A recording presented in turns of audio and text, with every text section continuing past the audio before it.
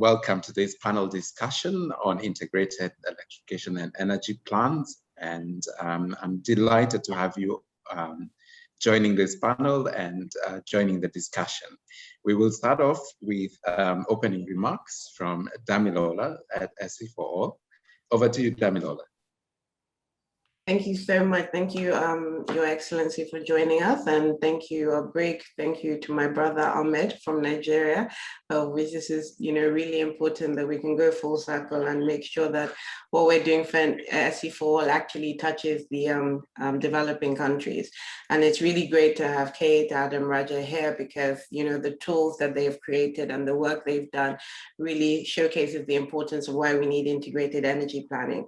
I believe that the one major thing that's hindering the energy sector is really financing. However, before you get to financing, you need to have the data of where the people are, what is the best source of energy to actually connect them, what can they afford, what are they willing to pay, and this goes through all parts of energy. It's not just electrification, it looks at clean cooking and also cooling as well. So this segment is really, really important. It also allows you to know how much you actually need to make sure you truly electrify a country. As we're moving towards the Paris Agreement and all our UN goals, it's important that we look at what does it take for a whole economy to be electrified and what is the real energy transition. So that's why I'm particularly excited, and I'm really happy working in partnership with Joseph and Rockefeller to have this session and using some very specific country examples like the work that we're going to be doing in Nigeria, which Ahmed and his team will spearhead basically as an example of how we approach what is such a critical issue of energy access by 2030 with all developing countries. So again, I don't want to take too much time talking because I talk a lot. I just want to say thank you all for joining us. Really look forward to hearing everything in this session and having conclusions that we can use to take into different geographies as well. Thank you for listening. Thank you, Damilola, and I'm excited to be here to discuss the opportunity to collaborate to develop the right kinds of plans that support electrification and energy resourcing in the markets we work in. I'm particularly excited to have His Excellency Mr. Newton Kambala, the Energy Minister in Malawi, His Excellency Dr. Salashi, the Minister for Water, Irrigation and Energy in Ethiopia, Mr. Ahmad, CEO of Rural Electrification in Nigeria, Mr. Kendall, partner with McKinsey, Dr. Reha, the Chief Operating Officer of Wire Energy, and Ms. Kate Steele, the co-founder and operating officer for Metheo. Perhaps I could start with you, Mr. Kendall, on your views from your perspective on why the need for this modern approach to integrated planning. Thanks very much, Joseph. And first of all, can I just congratulate you and as the Rockefeller Foundation and the IKEA Foundation on the incredibly exciting announcement yesterday of the commitment of $1 billion into clean energy access. I think this is a major game changer for the sector, and hopefully there will be many similar commitments to follow with the idea that we can actually do some exciting things from a risk capital point of view. So congratulations to you and to the Rockefeller Foundation and IKEA Foundation. So thanks for the question. The Damilola touched on some of these elements in her introduction. Ultimately, data is absolutely central in making the right decisions in terms of energy access. In the past, there's many examples of failed energy access programs where systems were designed inappropriately, the costs were too high, the wrong system was employed, the wrong type of operating environment was in place. And the market has learned a great deal over the last, in particular the last 5 years, to say, let's enable us to appropriately take into account all the available data that we have access to, so that we can then make the appropriate decisions in terms of the types of systems that should be put in place, the types of operating environments, the costing, reflecting the affordability and willingness to pay, and ultimately bringing in all the various different types of energy, whether it's the cooling necessary for healthcare facilities, cooling necessary for agricultural supply chains, as well as all the elements around clean cooking, which then enable a broader set of solutions to be offered into local communities as well. If you actually have a full data set, you can make sure you've got the best solution that comes in at the right price, which will then inform the longer term sustainability, which ultimately is what this is about. It's not about making a connection, it's about making a connection that will last 15 years, 20 years, and build the long-term evolution of access to energy amongst the populations that we all collectively serve. Thank you, Mr. Kendall. That is very helpful. Your Excellency, Minister Kambala from Malawi.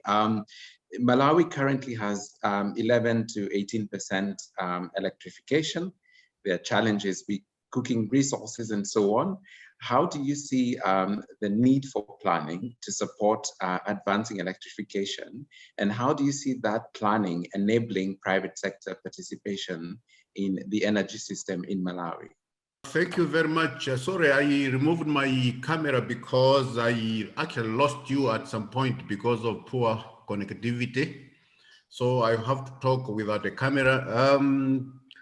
Look, actually, we've got a puzzle in Malawi because until now, we just have about 450 megawatts of power for the whole country, and it's a country of 18-20 million people.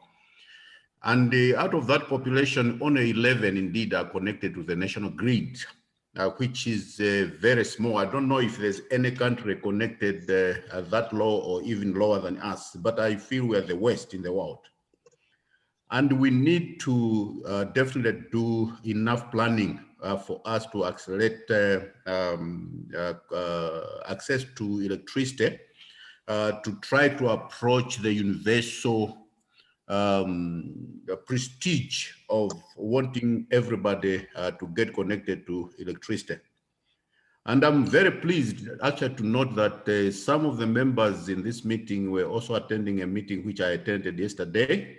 And I mostly remember the lady who started talking. I've just lost her name here. I don't know if she has gone away. But that's I think Damilola, yes. She also attended the meeting yesterday where the $1 billion was mentioned about the input from Rockefeller Foundation. It was very exciting to hear that. And indeed, we need private sector participation to make sure that we can increase our generation capacity as quickly as possible so that we can move towards universal access to electricity as quickly as possible. And currently, as a nation, actually, we adopted the thinking of involving the private sector after realizing that we need huge investments for us to have enough generation capacity. So we opened up to private sector, and they come in as the IPPs, or we partner in an arrangement of PPP, working together on some projects. So we know that we really need to put a lot of time in planning, and it's only after planning that we can achieve what we want. Currently, the government would want to see us connect to not less than 30% of the population by 2030. And as Minister of Energy, I feel 30% is a little too low, but I know it's a tall order for us to reach because currently at 450 megawatts that we have, about 120 of it is diesel generators. So it's working out very difficult, and it's a big challenge, and we already have a gap between generation and the demand, and the gap is quite big. We're talking of about 300 megawatts as I'm talking now. But the beauty is we've got a project which could deliver 350 megawatts within the next 4 or 5 years. We are also looking at bringing some mini grids away from the main grid in the villages to quickly connect the rural masses. And that would definitely assist us increase our access to electricity as quickly as possible. And this is one of the concepts which Rockefeller Foundation is also interested in looking at in most of these countries, including Malawi. And we are looking forward to making sure that we benefit from that kind of concept. Thank you very much. And thank you, His Excellency, on those remarks. I do agree that the foundation, along with our partner IKEA, are very keen to support the government of Malawi. And as His Excellency the President mentioned last week while I was there, with our support, Malawi intends to electrify every village. So very exciting. And Mr. Ahmad, Nigeria is further ahead in this planning process, and you've shepherded quite the planning using geospatial mapping and so on to develop the planning in Nigeria. What would you say to a country that's just beginning the process? What have been some of the lessons, and what are really the key advantages for this data-driven approach that you've shepherded? Thank you very much, Joseph. I'd also like to quickly use this medium to congratulate Rockefeller for this launch for clean energy access that you have of $1 billion.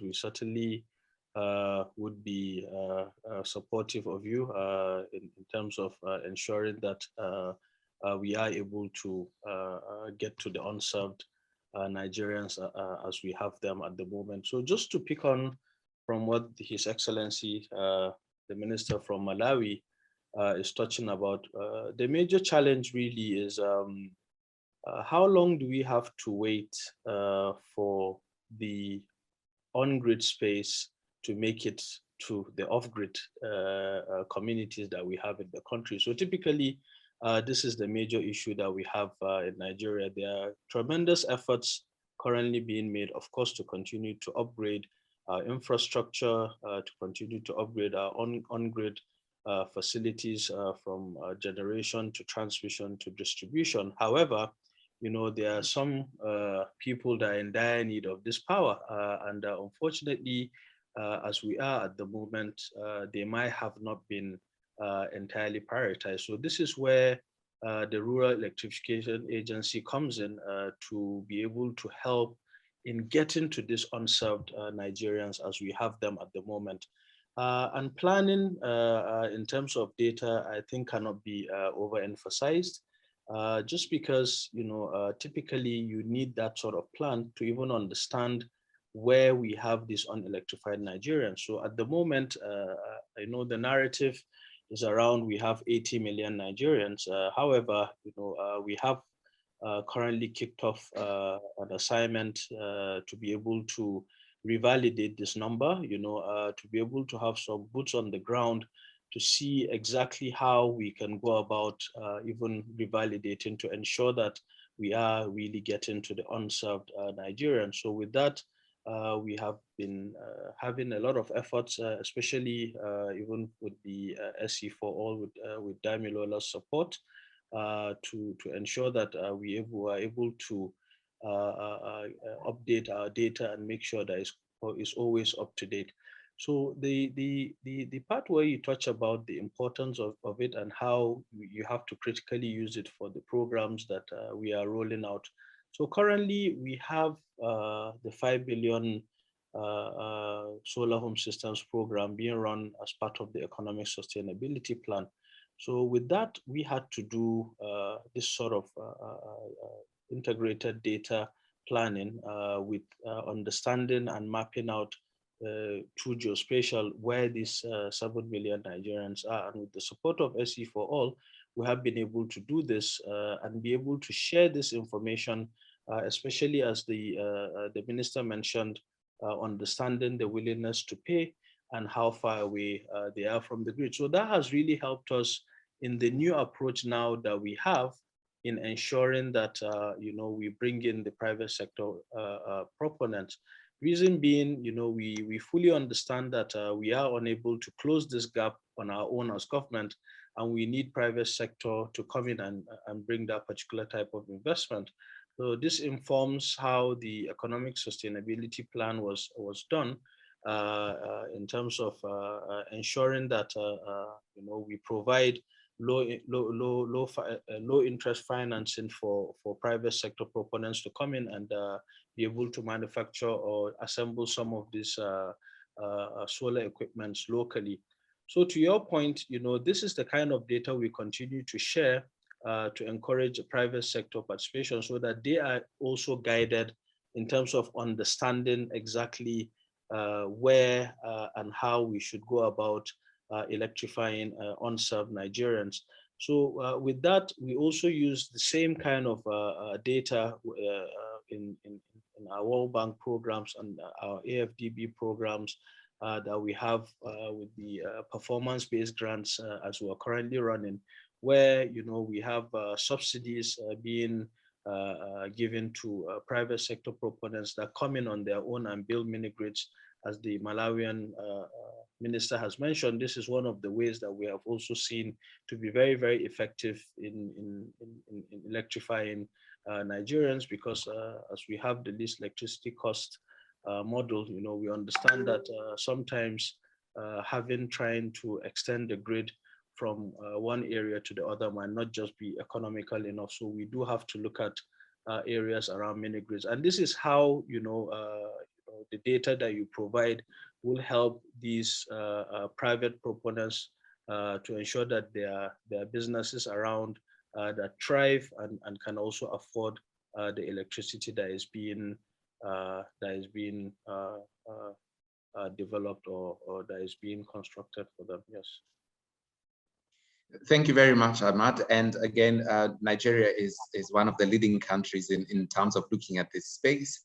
And Dr. Steele, perhaps you could tell us from your perspective, given this particular mapping exercise in Nigeria and the availability of data as spearheaded by the government there, is helping companies such as yourself score, identify customers, credit score them, and perhaps make financing available for energy-related appliances and applications, which we all know will be a key driver to economic development in these areas as they receive electricity.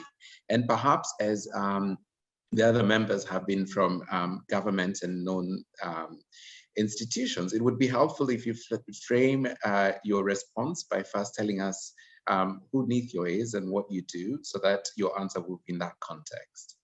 Yes, absolutely. And thank you to Rockefeller Foundation and SEforALL for convening this panel. I think if there's any chance of achieving universal access by 2030, it is with an integrated approach. So I think this should be the heart of every conversation we're having about extending energy access. So thank you also for the opportunity to introduce Nithyo.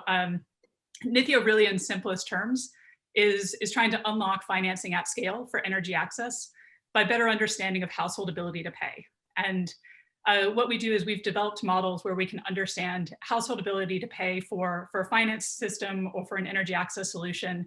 And we use that to help, one, the providers of those electricity connections to better understand their customers, but also for them to be able to turn around and bring in investors into the sector.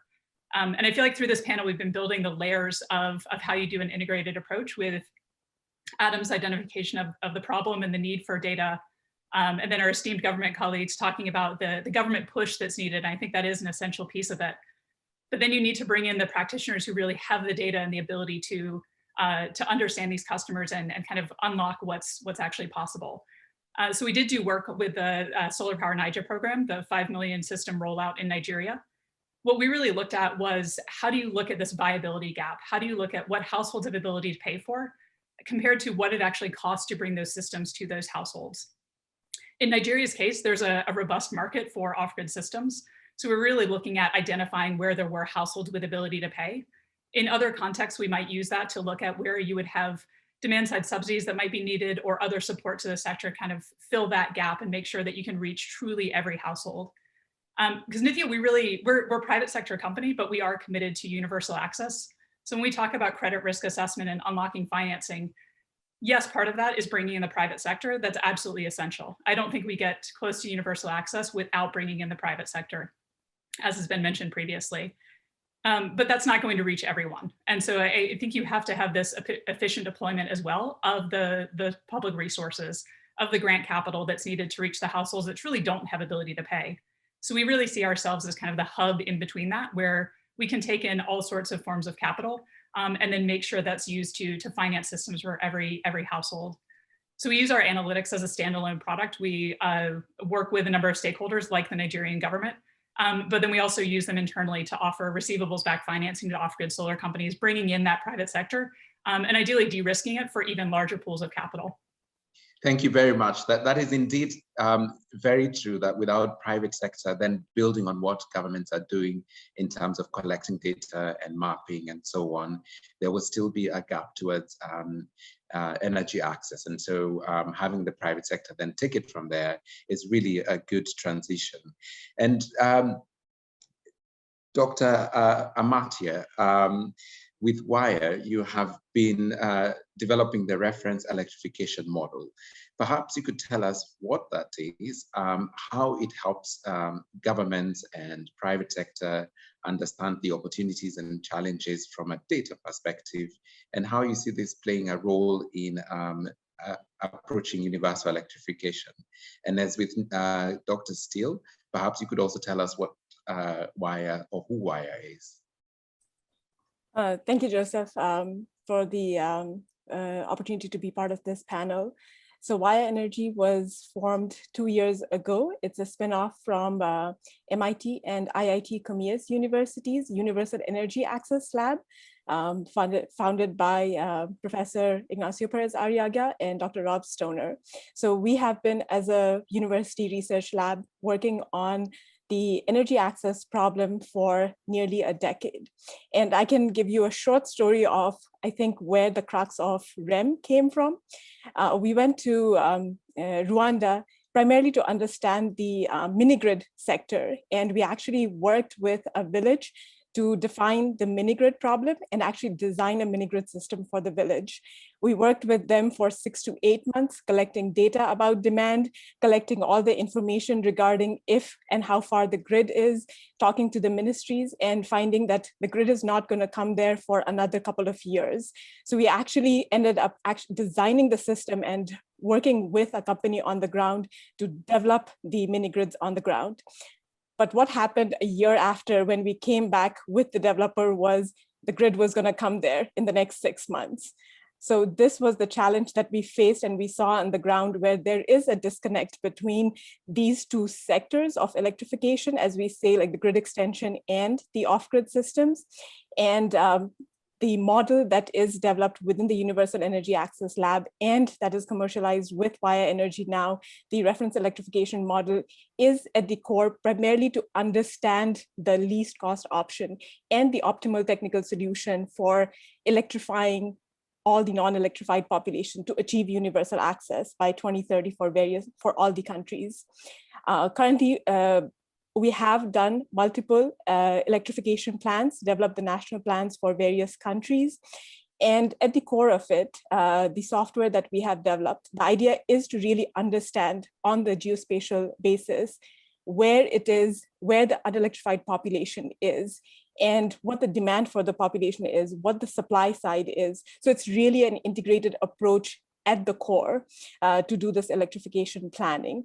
And the results, the outcome is really to showcase to the public, this is where the grid extension makes the least cost sense, and this is where the mini grids are the least cost, given the demand assumptions that we have used.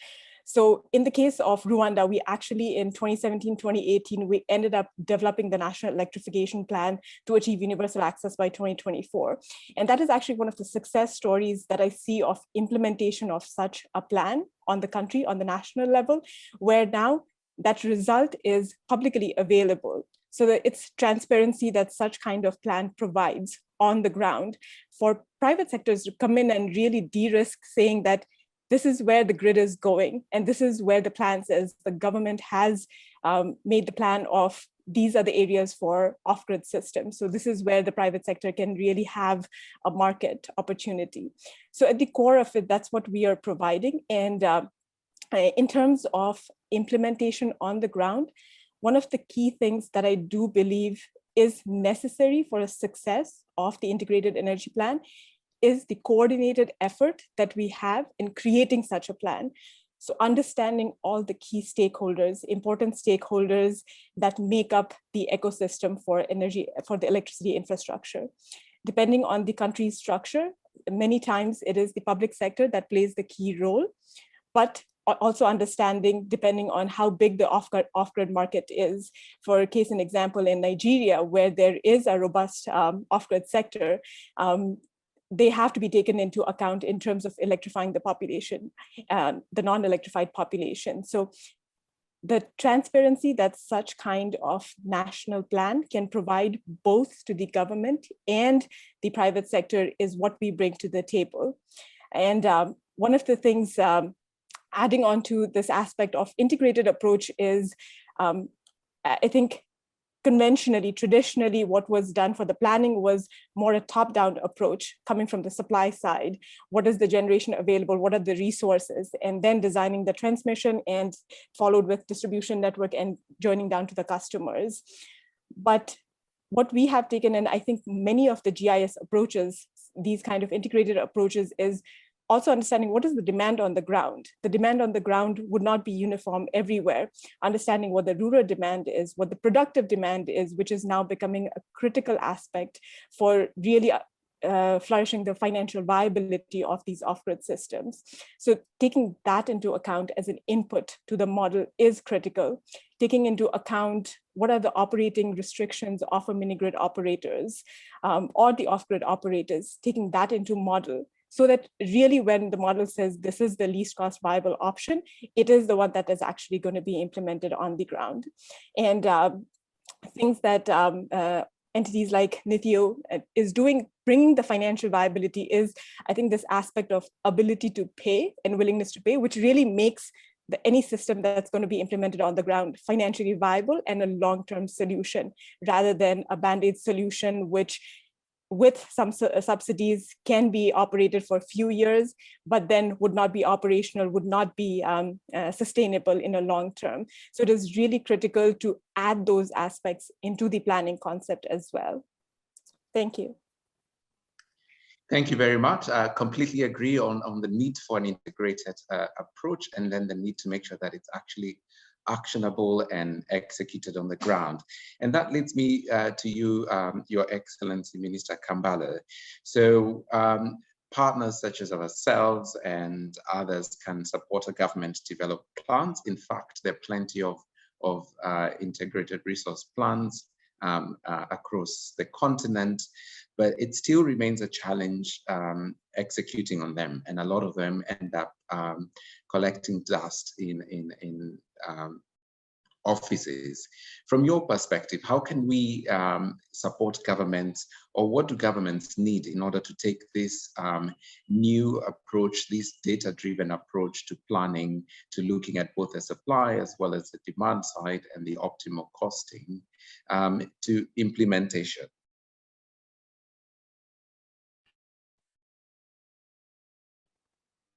Thank you, Joseph. I don't know if you would allow me to start by pointing out that in our planning, I feel we should also be assisted by members in this meeting here in terms of how much you charge people on setups like this type of off mini grids per kilowatt hour. Because one of the challenges that we face in Malawi is would people in the rural areas afford? And in most cases, we find the answer would be. So I would want to also learn from colleagues on how much they are charging for a kilowatt hour, so that we also copy from them whether our tariffing is not right. And then secondly, also on how the planning in terms of expansion of especially generation capacity is being done. We also have a challenge in understanding how much power we need to bring in at once, whether the small deliveries or the bigger deliveries, because when we look at the small deliveries, it would be difficult for us to convince investors who can take most of that power to come into Malawi. So we've sometimes thought we need to bring huge deliveries at once so that most of the people who are failing to come to invest in Malawi can come and use that power, while the rest of the low-income people are also benefiting from that power source. So we've got these challenges. Now, coming to your question on how you would come in to help, we would also need that kind of information. I remember Dr. Kate Steele. There was somebody also, I think it was Reja, talking about Rwanda. One of you was talking about Rwanda, where they had to collect data. That kind of data would also need to see, you should share, so that it helps us on how we can plan ourselves as partners like you are coming to assist in developing these mean off grids for the rural masses. And His Excellency Ahmad also touched on how difficult it has been for us to transmit power through a national grid to a long distance only to deliver a small amount of power to low-income people. For instance, we would have a village 100 kilometers away requiring 100 kilowatts, and you do the whole transmission line. This is the reason why your partners like yourself coming in with the concept of mini grids just meant for those rural areas would be very helpful. So we would need a lot of help in terms of information, the data that you have collected elsewhere. How is it translating into assisting upcoming economies like Malawi to benefit from such setups? Thank you. Thank you, Your Excellency. Those are some very good questions, and I think we have some ideas on some things we can do together. And I will start with Mr. Ahmad. Perhaps you can share your experience in Nigeria, particularly around the tariff question, which continues to be an issue around affordability, and that could perhaps help the minister think through it in Malawi. I think I'll also apply for that help, you know, because currently, as the minister stated, you know, we are also ensuring that, you know, these tariffs are being regulated from a standpoint of what we are currently doing with the mini grids. However, you know, our regulations under one mini grid, you know, does allow for a willing buyer, willing seller arrangement in the country. So what we have found is that because this is entirely, of course, a new concept, you know, that is just coming into the market, you know, because we have been able to provide, as I mentioned, subsidies through the World Bank, AFDB, and our own Rural Electrification Fund. We've been working very, very closely with the private sector to ensure that, you know, this power is affordable. So we have been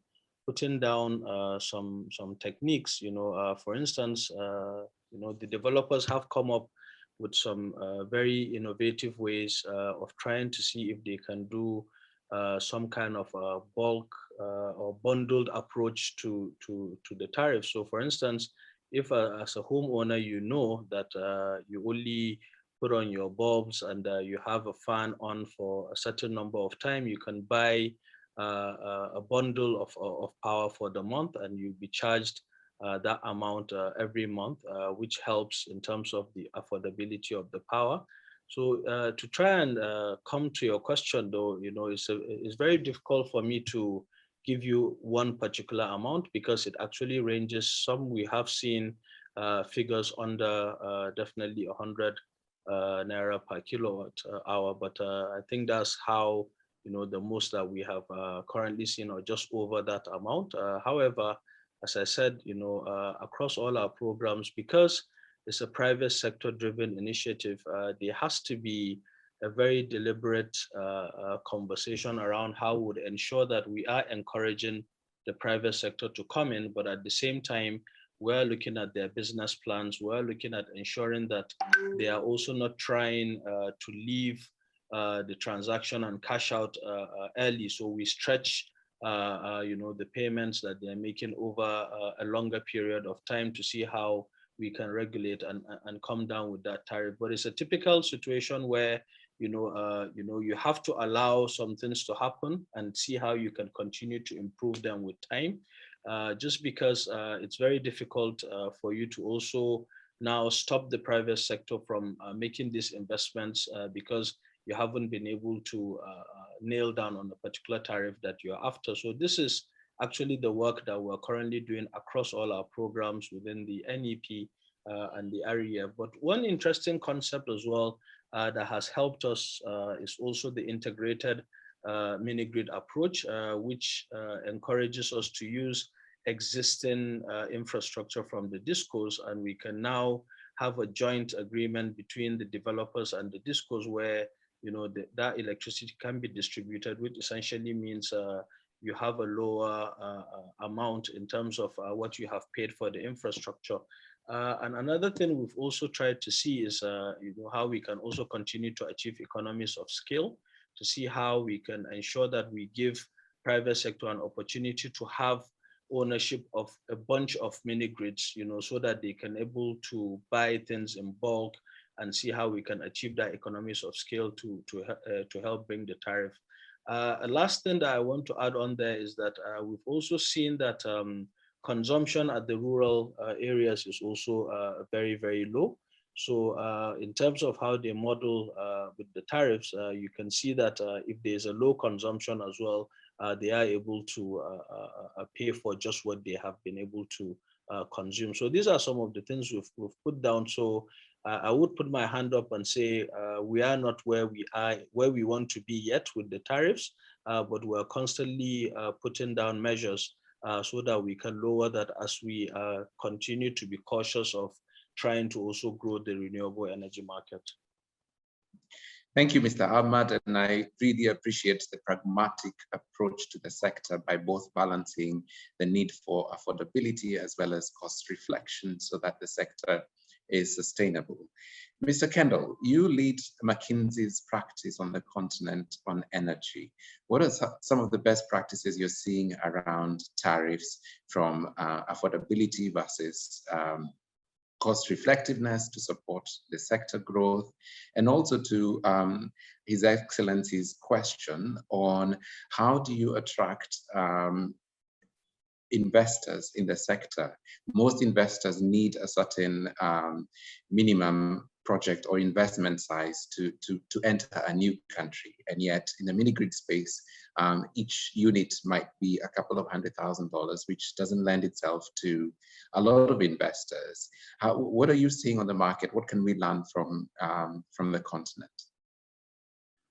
Thanks, Joseph. I'm surprised no one's mentioned the word subsidy yet, because the reality is the grid-based energy is heavily subsidized in almost all countries across the continent. If you look at where the cost of actually delivering versus what's actually being collected, there's typically a big difference. And so in most countries, the national utilities or some degree of national involvement is heavily subsidizing the grid-based electrification. And then people are saying, but why can't we get the costs down on off-grid to a level where it can compete with the grid? The reality is it's not there yet. It will take a while to get there. Frankly, it would help a lot if governments were to stop subsidizing or be willing to subsidize also on the off-grid side, because let's recognize that those subsidies on the on-grid side then are detrimental to off-grid economics. But ultimately, I think one of the themes that's come through a lot in this conversation is the private sector. We will not achieve universal access without the private sector. I think that's very clear. And then you need to think about, how does the private sector think? What are they specifically looking for? What questions are they answering or asking that they need answers for in order for them to make decisions. And in any country, in any investment they look at, they're going to be asking, will I be able to make money? Will I get paid? Will I be able to get my money out? What's the profit of this particular investment versus some of the other investments? What's the risk of this particular location? I think Reja mentioned the fact that they had a location where now the grid was projected to arrive in 6 months. Whether or not it did or not is obviously a different story. But what's the risk of grid arrival and what happens with the grid arrival? These are ultimately, if you're a government trying to achieve universal access, you need to put yourself in the shoes of the private sector and say, what's it going to take to attract the private sector? Which is then where this concept of integrated electrification planning comes in, because it helps to answer many of these questions. It helps to answer, is this the right location?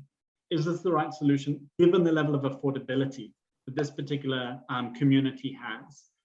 It helps to answer questions around to what degree have we taken account the potential for scaling up productive use in this particular location?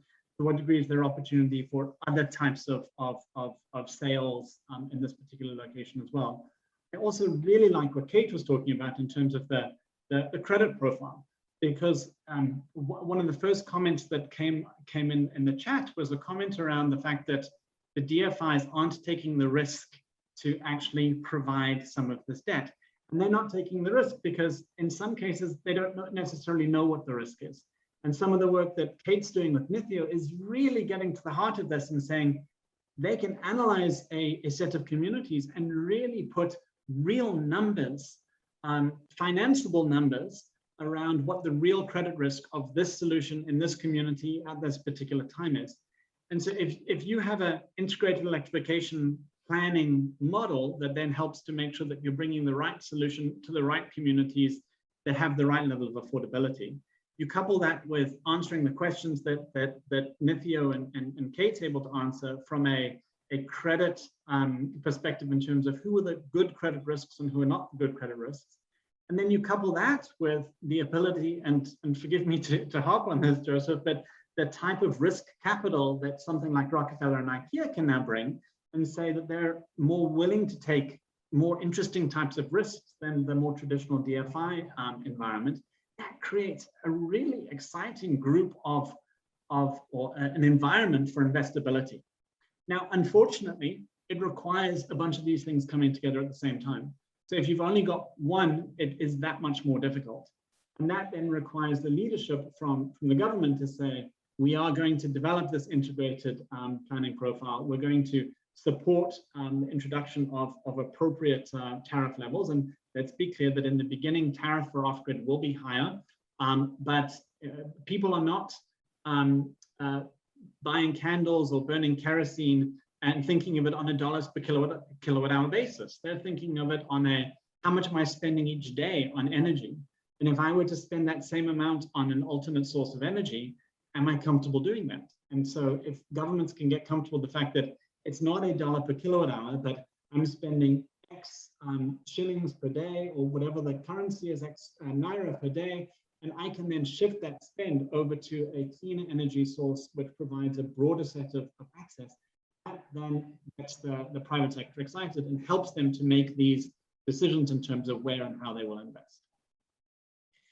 Thank you very much, Mr. Kendall. That's very helpful in terms of looking at what should be the right question. It's not what is the kilowatt hour cost, it's what's the value of that electricity. Dr. Steele, on that question, when you think about the data you're collecting and the credibility or the creditworthiness assessment you're carrying out, how does that play out on the affordability topic? Because there is a risk that you carry out your credit assessment, you determine that the welder in village X has the ability to buy a new electric-driven welding machine, but once they get it, because of the cost of electricity, their business is no longer profitable. How does that all come together so that we make sure that while we are providing the credit and the electricity, we are also creating a sustainable business environment? I think this is an excellent question, and thanks, Adam, for raising the issue of subsidy. I think it needed to be said in this context. But I think this is part of the whole package of looking at what people have ability to pay for, what the government prioritizes, and how those kind of meet in the middle in terms of what type of support is offered. And I think you raise a great point with the idea of a welder, because I think on the energy access side, first access, so solar home systems or products like that, there isn't a lot of underwriting that is done currently, but I think there's an understanding that there needs to be an assessment of ability to pay there. And I think that's where we're seeing most of the financing going is, if you could understand that ability to pay, there is a lot of money that will go into that sector. I think the next horizon of that is the appliance financing. And I think you're seeing that with microgrid developers, that it's very hard to get a handle on demand for microgrid because it's going to change over time. Ideally, it does change and grow over time because that's how you create a viable microgrid. But the only way that the consumption is going to grow is if people can finance appliances that they can then afford to use. And I think that's really the crux of what you want to get at in understanding appliance financing is, what's the household's ability to pay? How is this appliance going to change their household income potentially? And how does that really factor into their affordability? And as a government, if you're prioritizing, we want to make sure that there is productive use equipment in all of these communities, or we want to make sure that there's solar water pumping in certain communities. If the affordability is not there, then you have to figure out what is the gap and how do you meet that gap. And I think those are all the pieces that have to come together. I think it is really bringing together both public sector and the private sector funding to address that. Thank you very much. That's very helpful. We're getting lots of questions, so we will go to questions from the audience, and I'll start with you, Amartya. So we've discussed planning at the national level, but we all understand that energy and electrification is also a regional topic that allows for sustainability and resilience by having both supply and demand going across borders. How do you see planning from a regional perspective, and how does it fit into your thinking?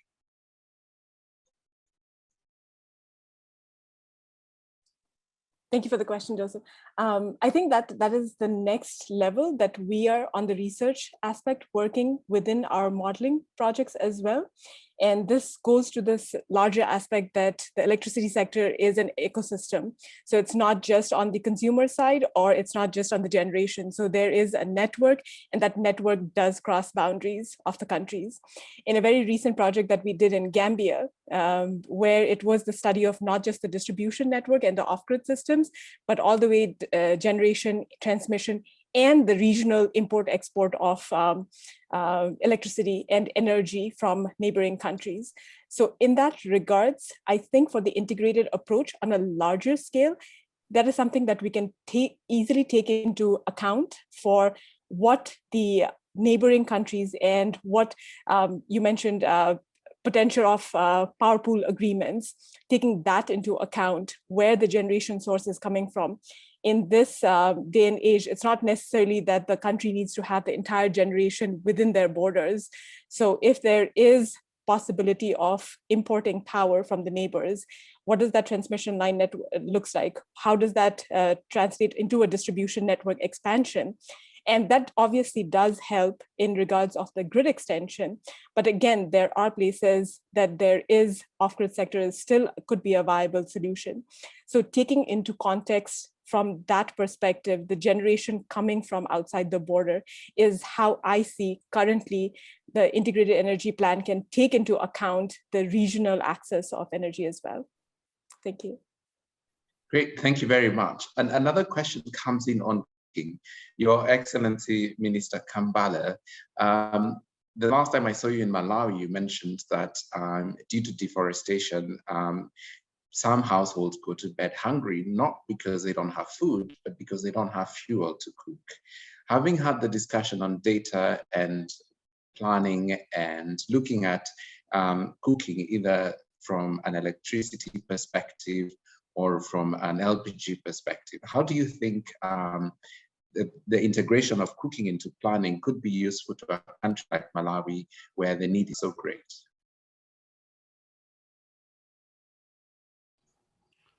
Thank you, Joseph. Indeed, it's quite heartbreaking for somebody in a leadership position, knowing that people can go to bed without food, not because they don't have the food, but because they don't have energy to prepare the food with. And this has been the case in Malawi in the past probably 10 years, when most of the trees have been destroyed in Malawi, which was the only source of energy for most of the poor rural masses.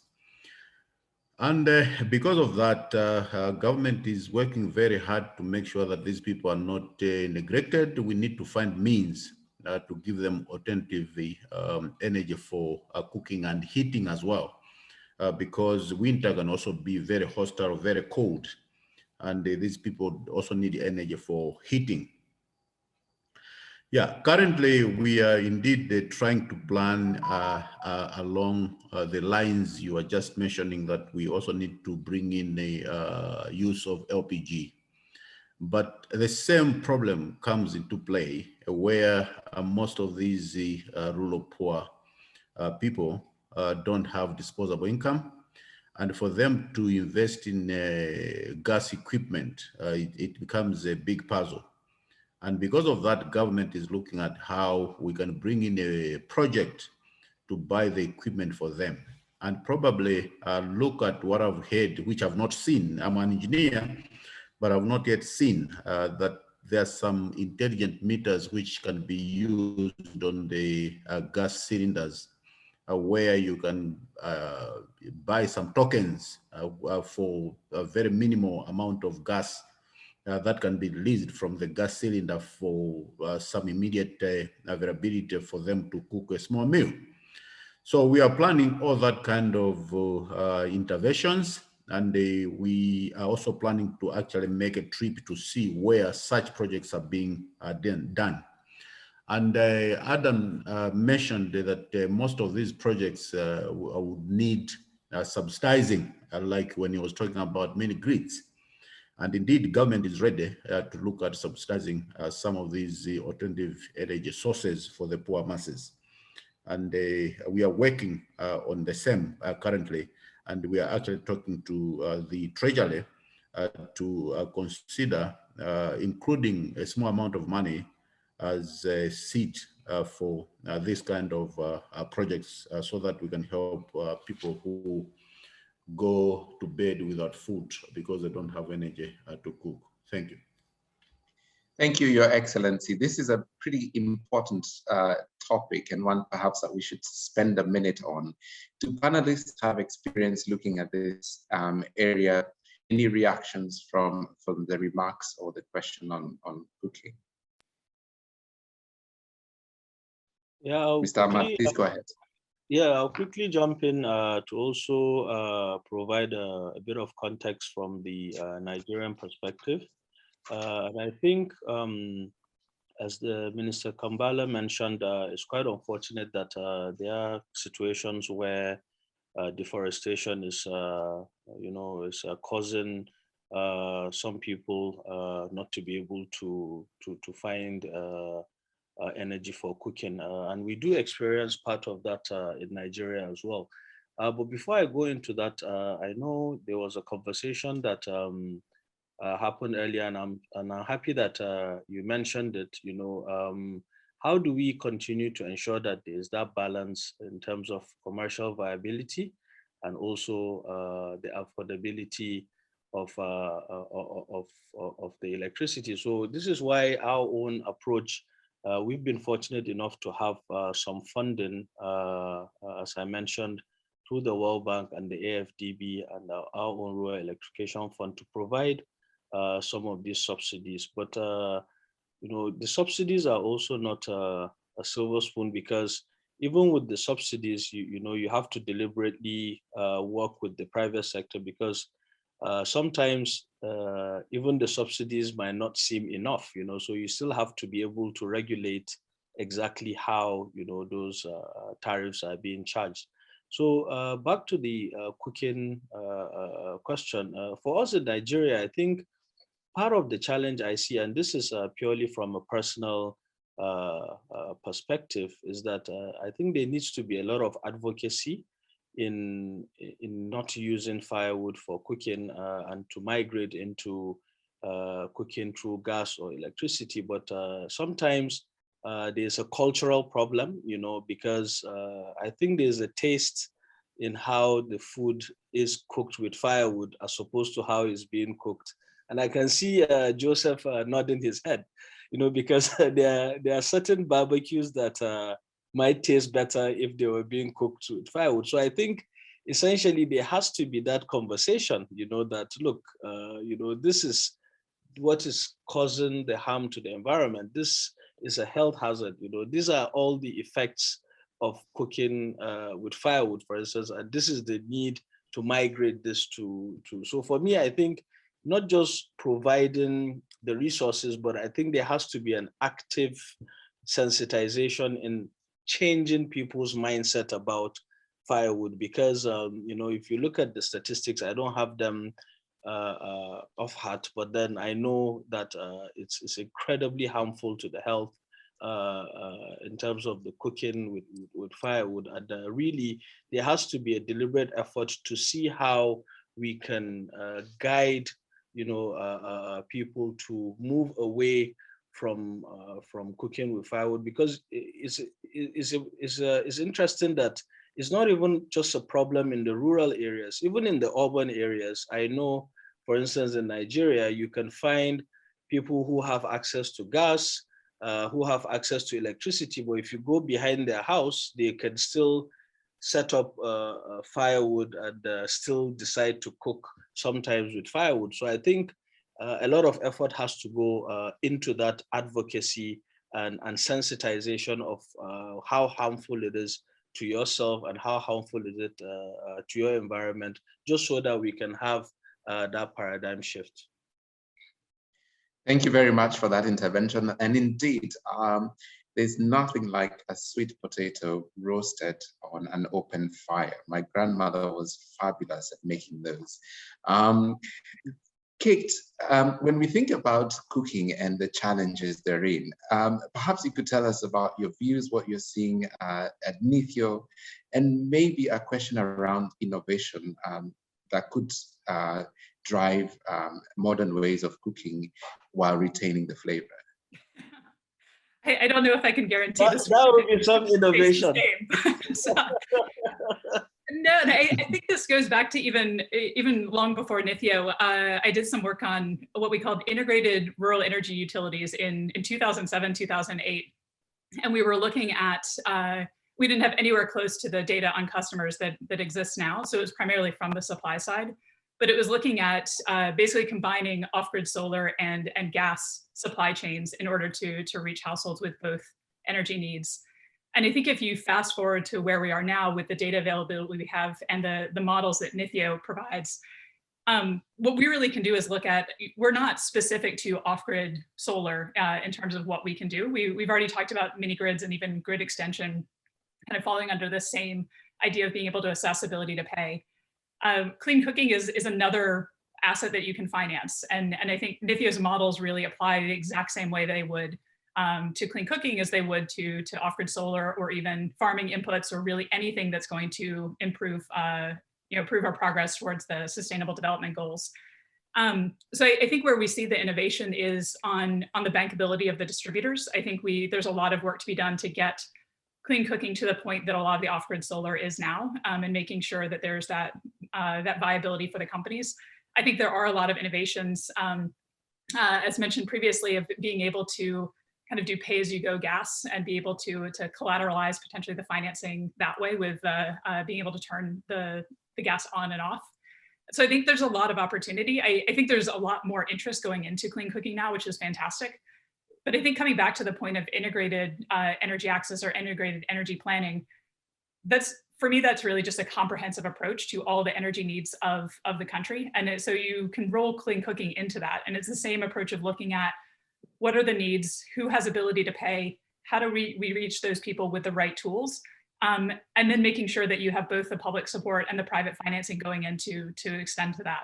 So I don't think we need to think of electricity and cooking as two separate things. I think they can really be part of the same integrated plan.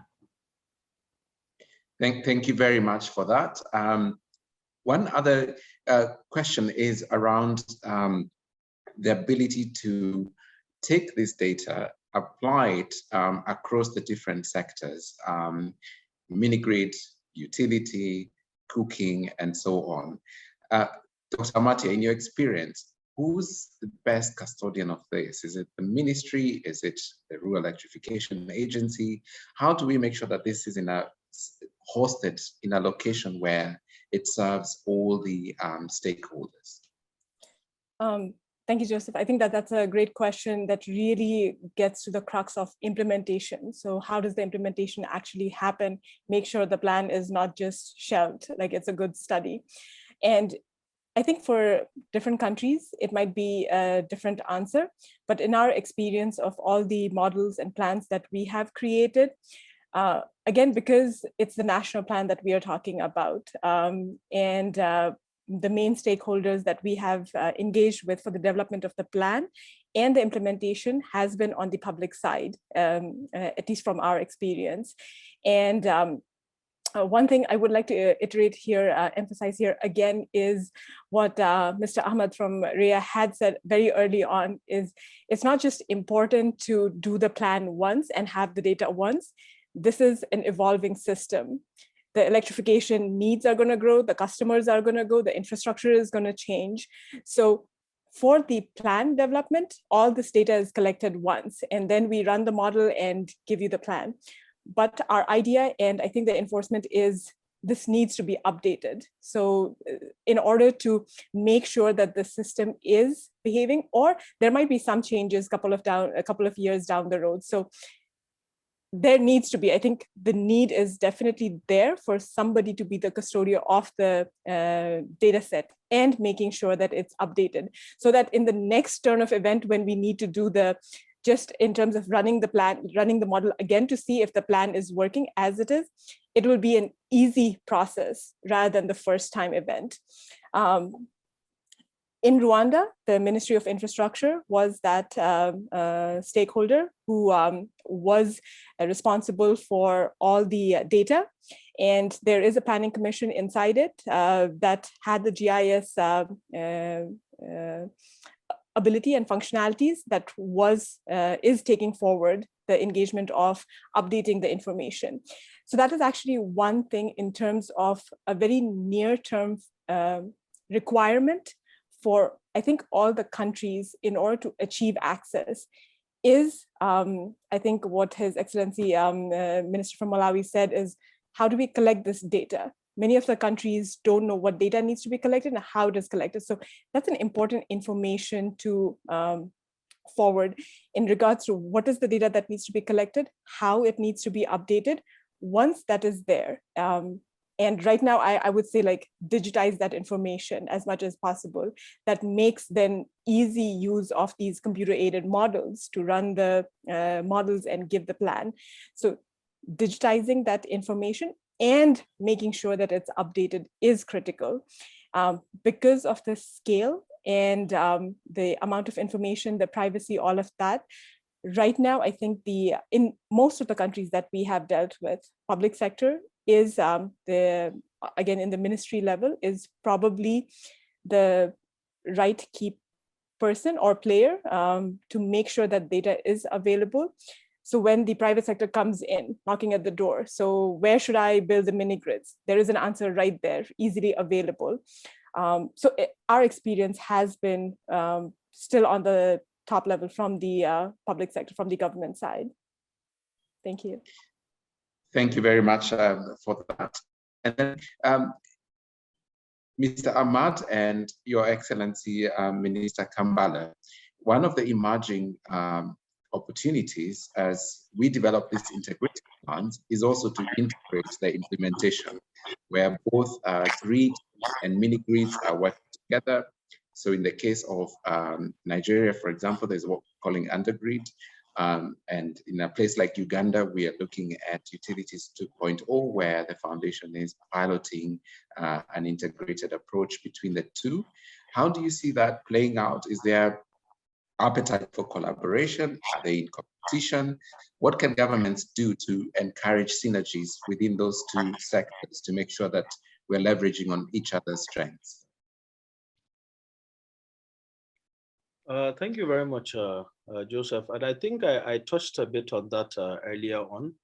And to be honest, I have witnessed a very clear movement from our colleagues at the discos, where initially, what you found is that there was that competition with mini-grid developers around providing or generating electricity for our unserved Nigerians. However, with time, I think we have seen a shift in behavior from the discos, where they are a lot more open now to having these sort of agreements and sort of collaboration, because the truth of the matter is that they have customers who are willing to pay, but then really, do they have the supply to cater for those customers? And given some of the challenges we've been having, it became clear that a collaboration is definitely the way to go, because for us, there has always been this consideration around, okay, what happens to the mini grids when the grid is now actually fully functional and it's been able to be extended around the whole country? So it's very, very important to begin to see these collaborations right now, to even provide for the kind of demand that we're seeing. So I think, to help answer your questions, I have had several conversations with various executives of our distribution companies. As you know, they have been privatized in Nigeria. And honestly, what you find is that there has been a lot better reception of partnering, and sometimes what you also find is that because some of them also exist within peri-urban areas, you might not be able to offer them standard solutions like solar home systems. So they are more open to having mini grids integrated into their existing infrastructure. So for instance, there has been an emergency in one of the states in the Northeast as we speak. And one of the models that is currently being undertaken and is also under the Economic Sustainability Plan is to see how we can partner with the DISCO that is covering that area, which is the Yola DISCO, with a few IPPs that would provide renewable energy solution through mini grids, and how we can now use that infrastructure. And I think we have demonstrated in Nigeria that this model is going to be able to work, as we've had successes in Kaduna State where that has happened. We have one here in Abuja in the Aduse market here, where we have demonstrated that works. So I think there has been a lot of improvements in that, and for me, I think so that we're able to leverage on that existing DISCO infrastructure, is very important that we continue to encourage this sort of partnerships. Excellent, thank you. Your Excellency, Minister Kambale, the Nigeria DISCOs are private DISCOs and have a different perspective on how they approach this kind of collaboration. What's your view on a national utility such as ESCOM? Is there appetite for government to support concessioning areas to mini-grid companies that would otherwise be within ESCOM's range in order to ensure faster, more efficient electrification? How do you see that? Yeah, thank you very much. And apologies, I completely got disconnected. I'm just joining in again, but I've listened to most of the speeches.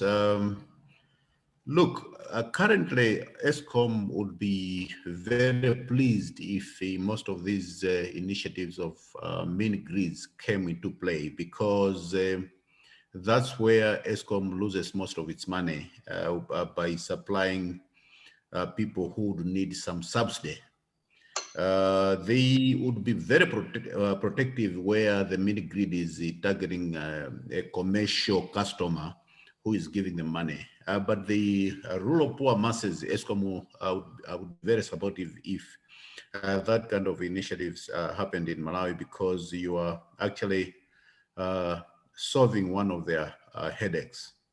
So in brief, ESCOM would love to see that happen. Thank you.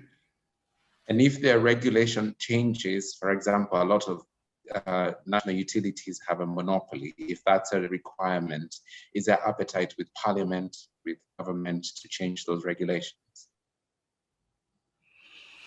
Well, we are actually already looking at reviews on most of these regulations to make sure that we promote a route to universal access to electricity. Remember, we already mentioned earlier on that only 11% of the population is connected to the national grid, and about 7% has got some small isolated solar units in their homes, which adds up to about 18% of the population using electricity. And because of that, we have already seen that there's a need for us to review our regulations so that we can find the best route that can take us to universal access to electricity, which we know is far-fetched for Malawi, because our plan is talking about 30% by 2030, which as a ministry, we feel we need to be a little more ambitious, probably talk about 50, 70%, which we know is a tall order, but we would want to see it happen. And remember, we also talked about the difficulties of people preparing food, because biomass is an endangered species in most of the areas in Malawi. We also have invested some money in doing some studies on how we can promote cleaner cook stoves, which should do less emission, more efficient, use very minimal biomass. We need to manage how to also use biomass with cleaner devices, cleaner cook stoves. That would have minimal emission, but more efficient, because we are aware that about 3 billion people worldwide are still going to use biomass in the next probably 5-10 years. And we need to manage how we use biomass to make sure everybody has got access to cooking energy. Thank you very much. Thank you, Your Excellency. Mr. Kendall, I was mentioning, it's a brave new world, 5 years from now, data-driven. How close are we to achieving SDGs? SDG 7, I presume you mean specifically. Yes.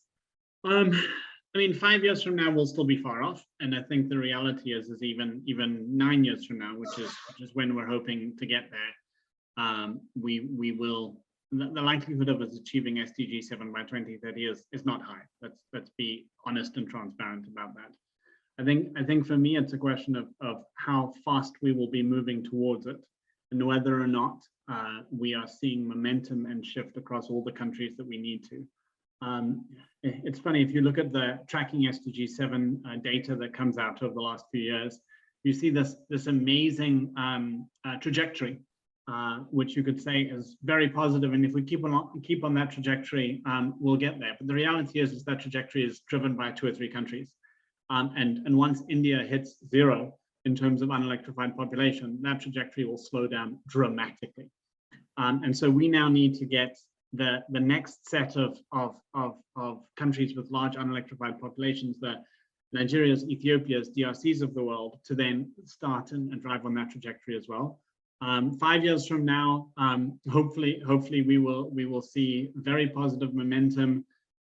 There was another comment which would be interesting to hear Ahmed Salahija's response to, in terms of why haven't we seen more projects in Nigeria come through with the World Bank program.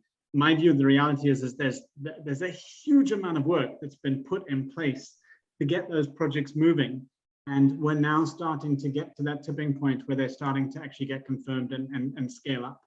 And if you look at the big countries in Africa in terms of unelectrified population, Nigeria is at that point. Ethiopia is maybe a year or 2 behind, and DRC is maybe a few years behind that. But we need all these large countries in particular to get to this point of building up the pipeline of projects, getting the investment environment in a place where it can actually work. And hopefully 5 years from now, Nigeria will have literally thousands of mini grids built. Ethiopia will be at the point where they're starting to ramp up and actually start to scale the mini grid. So we're, I presume, in the first 1,000, maybe even 2,000, and Ethiopia and DRC will be at the point of launching new and exciting projects. So projecting out 5 years, always dangerous, but I think we all have to be optimistic, because we wouldn't be doing this job if that weren't the case, right? I would agree. Mr. Ahmed, we are at time, so please conclude with an optimistic outlook to the acceleration in Nigeria. Thank you very much, Joseph. And I think no pressure there on me to conclude in an optimistic fashion, because interestingly, I was just typing the response because there was a question from an anonymous attendee around why we have been, we have not been able to scale up, as he has rightly mentioned. But as you know, as programs are designed, they are also open to ensuring that the programs are relevant. So we continue to make those improvements. But I think in a single sentence, what the major challenge is that these opportunities are made available for private developers. But then what you find is that you also have to actively engage these developers to ensure that they actually have the capacity, especially because we are looking at a local market here. And of course, we've had international players who have come in. For instance, one of our major developers under NEP is the PowerGen Group, WindGen Group in Rokota in Niger State, and who have done a fantastic job in ensuring that that mini grid, and they have been scaling up massively within that area of the country in the north central part of Nigeria. But I think what you find in the next few months and years to come is that the capacity will continue to improve. And also, I think the belief that these programs actually do work, I think that is one aspect that is also very, very important. So as people continue to share these success stories, what you find is that you see a multiplier effect with other programs coming on board, like the Solar Power Niger program that is encouraging local manufacturing. So I think with time, you see that it would pick up, and we're already seeing that happen, as Adam mentioned, So I hope that is optimistic enough, but I know that it will certainly improve. So the dark days, I think, are behind us now, and we look forward to all achieving our universal access goals by 2030. Certainly optimistic from a government perspective. Private sector, leave us with some optimism as well. I can leave with some optimism. I do think we can reach universal access, but I think that in 5 years, we'll know if we're on the right track. And I think we'll know by 2 points. First is there a government commitment from all of the countries that are still not at universal access? No country in the world has achieved universal access without a significant government intervention. And no one is going to going forward. So I think that's significantly necessary. The other piece is the private sector. If private sector is not engaged, it's not achievable by 2030. And so I think we can check in 5 years and see if those two things are at the right point and are on track. But I think the whole purpose of this gathering is the lead up to discussions with governments and these high-level dialogues. And I think that's really where you make the case. And I think data is essential to making that case, to showing governments it's not an overwhelming task. You can reach every household. You can target how you need to reach those households and what solution fits them best. So I think this should be really a rallying cry for making sure governments do make that commitment. I think once governments make that commitment, the private sector does come in. They see that the government is willing to create the environment where private sector can be encouraged to come in.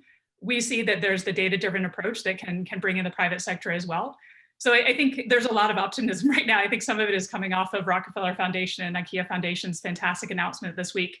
I think we want to see that $1 billion used to really unlock additional financing and motivate governments to make these commitments. So I think it is achievable, and I think we can all work together to get there. Wonderful. I would like to thank all the panelists for your really good spirited participation, for your views and for your input and for your work in the countries that need this service the most. I also would like to say that, yes, we intend to use the $1 billion to leverage significantly large amounts of money.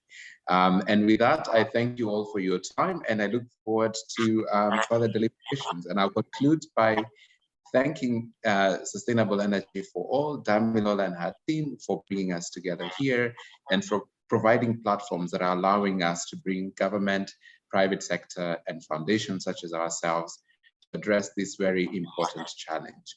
And with that, I will hand back to Maya. Thank you very much, Joseph, and our eminent guests for a very interesting and insightful discussion.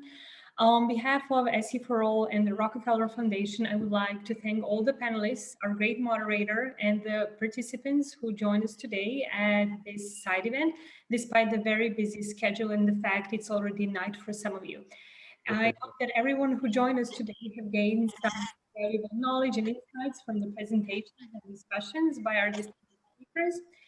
I will also now encourage you to join other important events this week during the Ministerial Thematic Forum. But above all, I will encourage you to take action towards the upcoming high-level dialogue on energy, which will take place on the 20th of November 2021. The dialogue will be the first gathering on energy under the auspices of the UN General Assembly since the UN Conference on New and Renewable Resources of Energy in 1981. Recognizing the urgent need for action, leaders from the United Nations, the private sector, national and local governments, youth and other organizations issued a joint call for countries, businesses, cities, and civil society groups to put forward their energy compacts to show how they will achieve the goal of clean, affordable energy for all by 2030, SDG 7, and net zero emission by 2050. The energy compacts would provide the clearest indication of how countries will ensure that all people have access to clean energy and move towards net zero emissions. Once again, thank you so much for joining us today. Good afternoon or good night, depending on where you are. Thank you.